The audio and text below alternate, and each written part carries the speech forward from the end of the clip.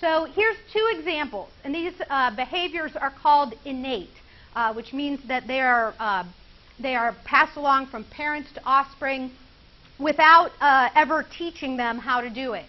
So in this one, we've got a goose. And in geese, if the egg falls out of the nest, all geese will go and they'll roll the egg back towards their nest. And if they ever see an egg outside of the nest, it's a fixed action pattern. They will always go and they will roll it back into their nest.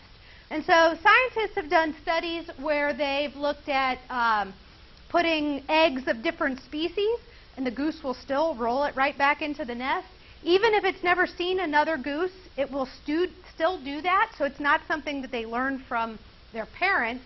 And they did a really mean experiment where they put beer cans outside of the nest of the duck or of the geese, and the geese would still roll the beer cans back up into their nest.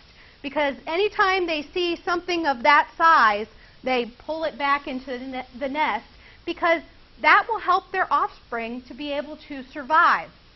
So if the egg rolls out of the nest and they don't roll it back in, then the egg has no chance of ever hatching. And so it is a fixed action pattern where they will always roll everything back up into the nest. And so we have these sticklebacks. This is a species of fish.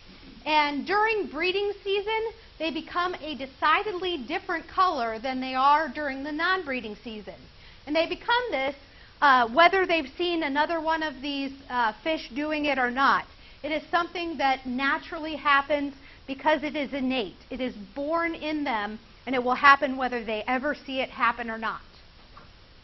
So we look at the role of the environment, or the degree to which a behavior depends upon the environment can vary a great deal. There are some things that are instinctive. So if you think about things that you say are instincts, like it's instinctive not to walk in front of a speeding car, or in this case, to roll the egg back into your nest. These are things that are born in you, that you know without ever seeing them. So in this fixed action pattern, the red belly on any male sticklebacked fish triggers an aggressive response.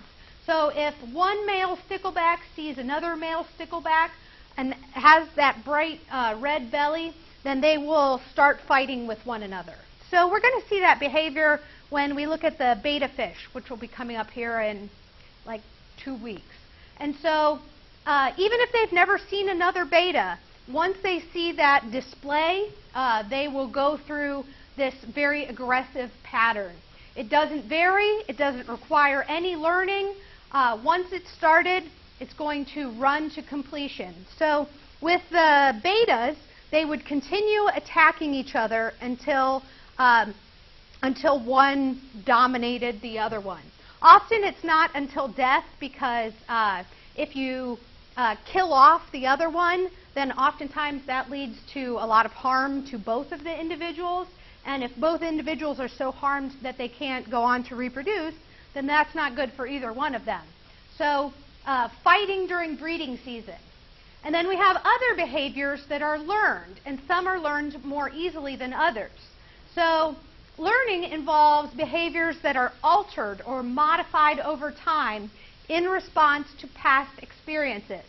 So if you think about what we're doing here, we are learning, which is changed over time. We are not learning the same way that we learned when we were in elementary school. We're not learning the same way we did when we were in middle school. We're not learning in the same way we did in high school.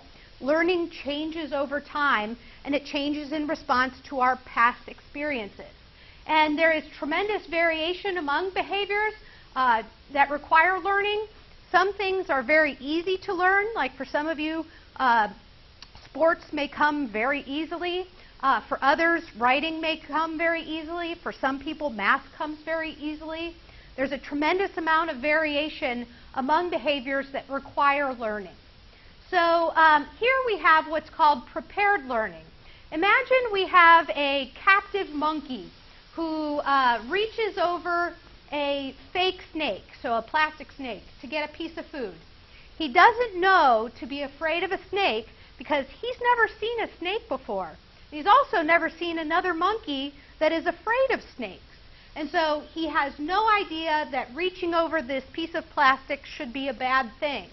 However, if you expose a captive monkey to another monkey who expresses fear at the sight of snakes, so if he sees a monkey in real life who's afraid of snakes, or if you just show him that action on a video, he will immediately, the next time, he will become fearful of the plastic snake. Even though nothing has ever happened to him, these monkeys have passed along that fear of snakes. So a monkey quickly learns to fear snakes if it sees another monkey express such fear. Because if you think about what would happen in the wild, being afraid of snakes is helpful for a species to be able to survive. Because if you're surrounded by tropical venomous snakes that want to eat you or that are venomous and would poison you, then being afraid of snakes is something that helps you to survive. Does the same happen With dogs? I don't know. But I could probably find out. So I'll see if I can find that out. I'm not sure at what level that stops being true. It's funny because you wonder if dogs can even watch videos, like, you know, something about the two-dimensional versus three-dimensional.